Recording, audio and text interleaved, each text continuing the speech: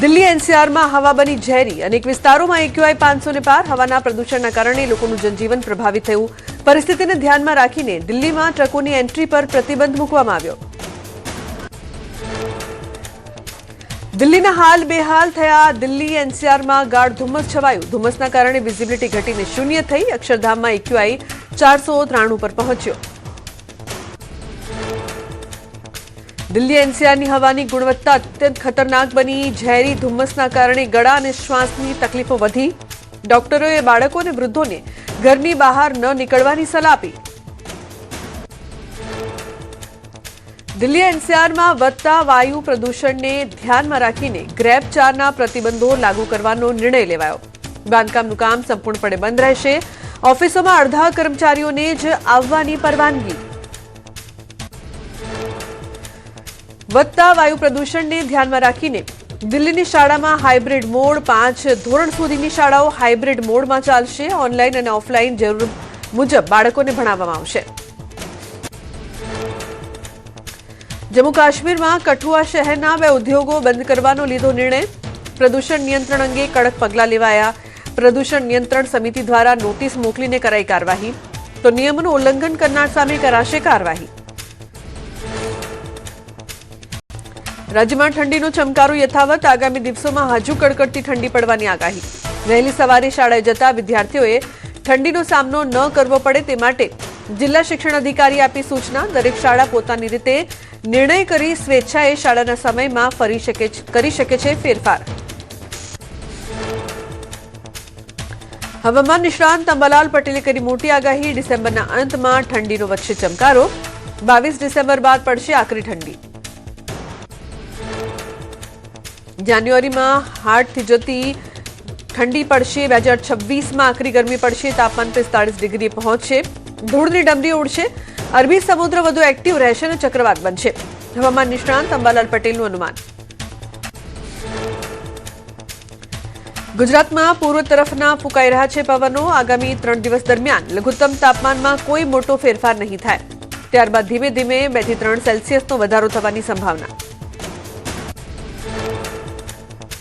2026માં હવામાનમાં થશે ફેરફાર. 2026ના શરૂઆતથી જ અરબી સમુદ્ર રહેશે સક્રિય. આગાહીકાર અંબાલાલ પટેલે કરી આગાહી. જાન્યુઆરીથી માર્ચ માસ ઠંડા રહેશે. એપ્રિલ માસમાં ઉડશે ધૂળની ડમરીઓ. મે માસમાં અરબી સમુદ્રમાં ચક્રવાત બનવાની શક્યતા. પતંગ રસિયાઓ માટે સારા સમાચાર. ઉત્તરાયણને લઈને અંબાલાલ પટેલે કરી આગાહી. મકર સંક્રાંતિ પર પવનની ગતિ રહેશે વધુ. 14મી જાન્યુઆરીએ પવન દેવ કરાવી દેશે મોજ. ઉત્તર પ્રદેશના અનેક શહેરોમાં તાપમાનમાં સતત ઘટાડો નોંધાયો. તાપમાનમાં ઘટાડો થતાં ઠંડીનો અહેસાસ વધ્યો, જેના કારણે લોકોને ભારે મુશ્કેલીનો સામનો કરવો પડ્યો. હિમાચલ પ્રદેશના લાહોલ સ્પીતિમાં સ્નો પોઈન્ટ શિંકુલા ખીણમાં થઈ તાજી હિમવર્ષા. બરફથી ઢંકાવા લાગ્યા શિંકુલા ખીણના પર્વતો. ખીણમાં બરફની સફેદ ચાદર પથરાતા નયનરમ્ય દ્રશ્યો આવ્યા સામે. સહેલાણીઓનો જોવા મળી રહ્યો છે ધસારો. જમ્મુ કાશ્મીરના ગુરેઝ સેક્ટરમાં આવેલી તુલાઈલ ખીણના ઊંચા વિસ્તારોમાં તાજી હિમવર્ષા. પ્રદેશમાં તાપમાનમાં થયો તીવ્ર ઘટાડો. તાજી બરફવર્ષાથી ઢંકાઈ ગયા પહાડો. વહેલી સવારે અને મોડી રાત્રે અનુભવાઈ રહી છે હાડ થીજવતી ઠંડી. જમ્મુ કાશ્મીરના સોનમર્ગમાં બરફવર્ષાની શરૂઆત થતા પ્રવાસીઓનો વધ્યો ઘસારો. સોનમર્ગની ઘાટીઓમાં મોટી સંખ્યામાં પહોંચી રહ્યા છે પ્રવાસીઓ. ઘોડા પર બેસીને ખીણની સુંદરતા માણી રહ્યા છે સહેલાણીઓ. મનાલી પ્રવાસીઓ માટે આકર્ષણનું કેન્દ્ર બન્યું. મનાલીમાં પર્યટકોની આવકમાં વધારો થતાં સ્થાનિક અર્થવ્યવસ્થાને મળી રહ્યો છે મોટો ફાયદો. મનાલીમાં હોટલ માલિકોના ચહેરા પર જોવા મળી ખુશી. મોટી સંખ્યામાં પર્યટકો કુદરતી સૌંદર્યનો આનંદ લેવા આવતા હોટલ બુકિંગમાં થયો નોંધપાત્ર વધારો. ચમોલી જિલ્લાના ઊંચાઈવાળા વિસ્તારોમાં ઠંડીમાં સતત વધારો. નીતિ ખીણમાં કુદરતી ઝરણા અને નદીઓનું પાણી પણ જામવા લાગ્યું. લોકો વરસાદ અને બરફવર્ષાની રાહ જોઈ રહ્યા છે. ત્યારે એવી આગાહી કરવામાં આવી છે કે 27 ડિસેમ્બર બાદ પહાડોમાં હવામાન બદલાઈ શકે છે. ઉત્તર પ્રદેશના બુલંદ શહેરમાં ધુમ્મસની ચાદરમાં લપેટાયેલું જોવા મળ્યું. ધુમ્મસના કારણે સામાન્ય જનજીવન પ્રભાવિત થયું. ધુમ્મસના કારણે વાહન ચાલકોને દિવસ દરમિયાન પણ ગાડીઓની હેડલાઇટ ચાલુ રાખવાની ફરજ પડી. તમિલનાડુના થિરુવરુરમાં દિત્વા ચક્રવાતની અસર, ધોધમાર વરસાદથી ખેડૂતોને વ્યાપક નુકસાન, કમોસમી વરસાદે ખેતરોમાં કર્યો પાકનો નાશ, 1000થી વધુ એકરમાં પાણીનો જમાવડો થતા ડાંગરનો પાક સડી ગયો. અમૂલ ડેરીને મળશે નવા ચેરમેન, આણંદ અમૂલ ડેરીના ચેરમેન અને વાઇસ ચેરમેનની ચૂંટણી, દેશભરના પશુપાલકો અને સહકારી ક્ષેત્રની ચૂંટણી પર નજર. વર્ષે અંદાજે 15,000 કરોડ રૂપિયાનું ટર્ન ઓવર ધરાવે છે અમૂલ ડેરી.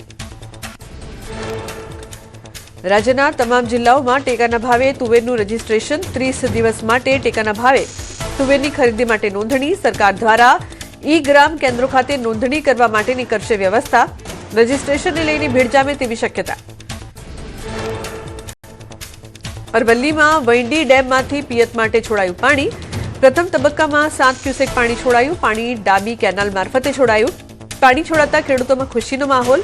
રવિ પાકોને મળશે સિંચાઈની મોટી રાહત. હરિદ્વારમાં જંગલી હાથીએ મહિલા પર કર્યો હુમલો. ભેલ વિસ્તારમાં જંગલમાંથી બહાર આવેલ હાથી મહિલા પર થયો આક્રમક. મહિલાએ દોડીને બચાવ્યો જીવ. ઘટનાને પગલે મચી હતી અફરાતફરી. ઉત્તરાખંડના અલમોડામાં દીપડાનો ત્રાસ વધ્યો. મુખ્ય બજારમાં એક ઘરમાં લગાવેલા સીસીટીવી કેમેરામાં ઘરની નજીક એક દીપડો કેદ થયો. દીપડાને જોઈને લોકોમાં ગભરાટ ફેલાયો. ઉત્તરાખંડમાં કોબેટ નેશનલ પાર્કના ઢીકાલા વિસ્તારમાં મગરે વાઘનો શિકાર કરવાનો કર્યો પ્રયાસ. શિકારી વાઘ પોતે જ મગરનો શિકાર બનતા માંડ બચ્યો. રામગંગા નદી પાસે વાઘ પર હુમલો કરતા મગરનો વિડીયો વાયરલ. જમ્મુ કાશ્મીરની ગુરેઝ ખીણમાં જોવા મળ્યું દુર્લભ પ્રાણી. લુપ્ત થતો હિમાલયન આઈબેક્સ દેખાતા વન વિભાગે લીધી નોંધ. સંવેદનશીલ સરહદી ક્ષેત્રમાં હિમાલયન આઈબેક્સની સુરક્ષા સુનિશ્ચિત કરાઈ. જંગલી બકરી તરીકે ઓળખાય છે આ પ્રાણી. 4 વર્ષ બાદ દેશભરના અભયારણ્યોમાં વાઘોની ગણતરી શરૂ. અલગ તબક્કાઓમાં આધુનિક ટેકનોલોજીના ઉપયોગથી વાઘોની ગણતરી. દેશમાં છેલ્લી વખત વાઘોની ગણતરી 2022માં કરાઈ હતી, જેમાં વાઘોની કુલ સંખ્યા 3,167 નોંધાઈ હતી. ગીર સોમનાથમાં મધદરિયે સુરક્ષા એજન્સીઓનું સરપ્રાઇઝ ચેકિંગ. સોમનાથના અરબી સમુદ્રમાં ગેરકાયદે લાઇટ અને લાઇન ફિશિંગ સામે તવાઈ. એલસીબી, એસઓજી અને મરીન પોલીસે કર્યું સંયુક્ત ચેકિંગ. એસપી જાડેજાના માર્ગદર્શન હેઠળ થઈ તપાસ. 112 કિલોમીટર લાંબા સમુદ્રમાં સુરક્ષા વધુ સઘન બનાવાઈ. ફિશિંગ બોટના ટંડેલ ખલાસીઓની કરાઈ પૂછપરછ. ફિશિંગ બોટમાં ગેરકાયદે ગતિવિધિઓ અંગે થઈ તપાસ. સુરક્ષાની દ્રષ્ટિએ અતિ સંવેદનશીલ ગણાતા સમુદ્રમાં સુરક્ષા કરાઈ સુનિશ્ચિત. સુરતમાં ઓટો રિક્ષામાં બેઠેલા પેસેન્જરની નજર ચૂકવી ચોરી કરતી ગેંગ ઝડપાઈ. 2 આરોપીઓને ઉત્તરાયણ પોલીસે ઝડપી પાડ્યા. આરોપીની પૂછપરછમાં ઉત્તરાયણ પોલીસે ચોપડે નોંધાયેલ ગુનો ઉકેલાયો. પોલીસે 1.10 લાખનો મુદ્દામાલ જપ્ત કરીને તપાસ હાથ ધરી.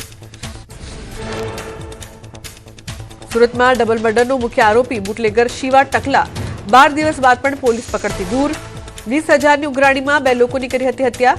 લોખંડના સળિયા અને લાકડાથી ઢોર માર મારતા ઇજાગ્રસ્ત થતા થયું હતું મોત. પોલીસે 3 આરોપીની કરી હતી ધરપકડ. અસમના રંગિયામાં અફીણના વેપારીના ઘરે દરોડા પાડતા પોલીસ ચોંકી ઉઠી. કુખ્યાત આરોપી મોન્ટુલ અલીના ઘરમાંથી 25 લાખથી વધુની રોકડ, 86 કિલો અફીણ, હથિયારો સહિત અન્ય મુદ્દામાલ મળી આવ્યો. પોલીસે 7 લોકોની કરી ધરપકડ.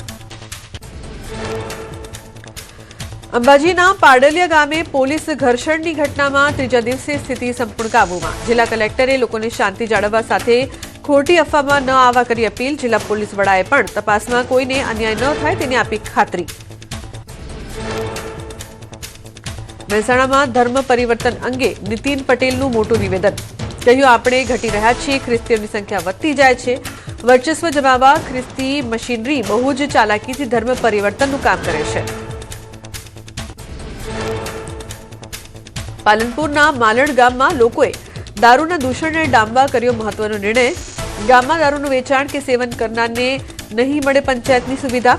દારૂ વેચનાર અને પીનારાના પાણી કનેક્શન સહિત જરૂરી દાખલા અને અન્ય સેવાઓ કરાશે બંધ.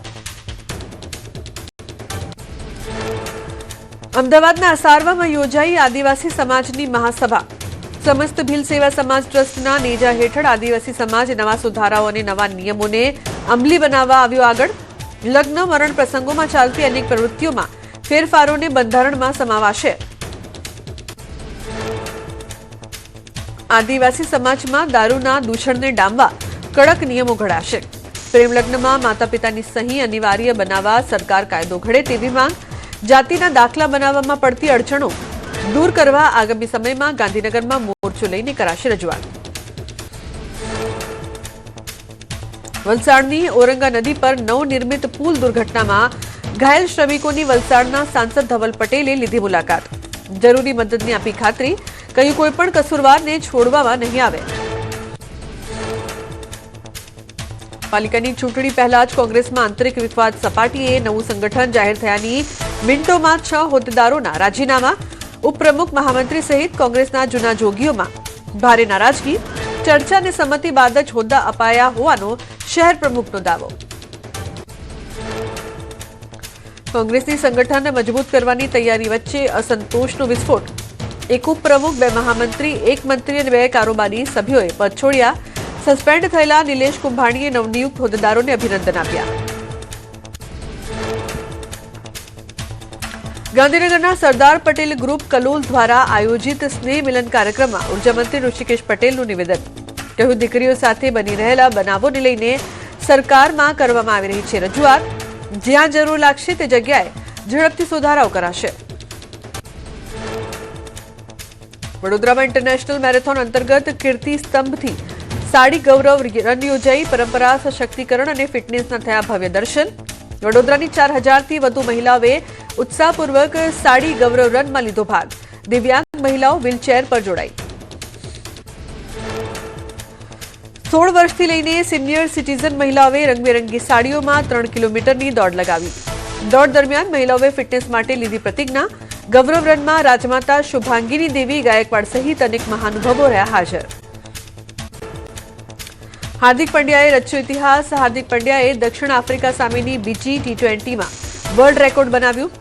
T20 ઇન્ટરનેશનલ ક્રિકેટમાં 1000 રન અને 100 વિકેટ મેળવનાર પહેલા ભારતીય બન્યા. મધ્યપ્રદેશના ઉજ્જૈનમાં ભસ્મ આરતીમાં ભક્તોની ભીડ. વહેલી સવારે ભસ્મ આરતી માટે મંદિરના દરવાજા ખોલ્યા બાદ પૂજારીએ ભગવાનનો શૃંગાર ઉતારી પંચામૃત પૂજા કરી.